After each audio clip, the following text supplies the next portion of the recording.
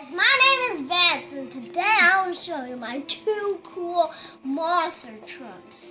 So, if you know these two, leave a comment and let me know.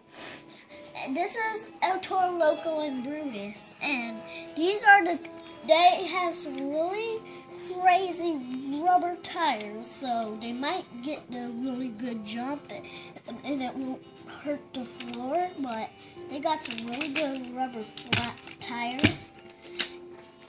And now we're gonna show you some driving. So actually not, because it might make this video a little long, but when you lift it up like a normal car, this goes down, but when you put it on the ground, it goes up.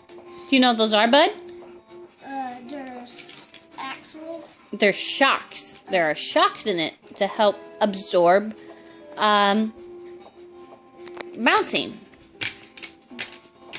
It has some really good shocks in it, and you can shake it a little, and you can do the same thing, and you can run into each other,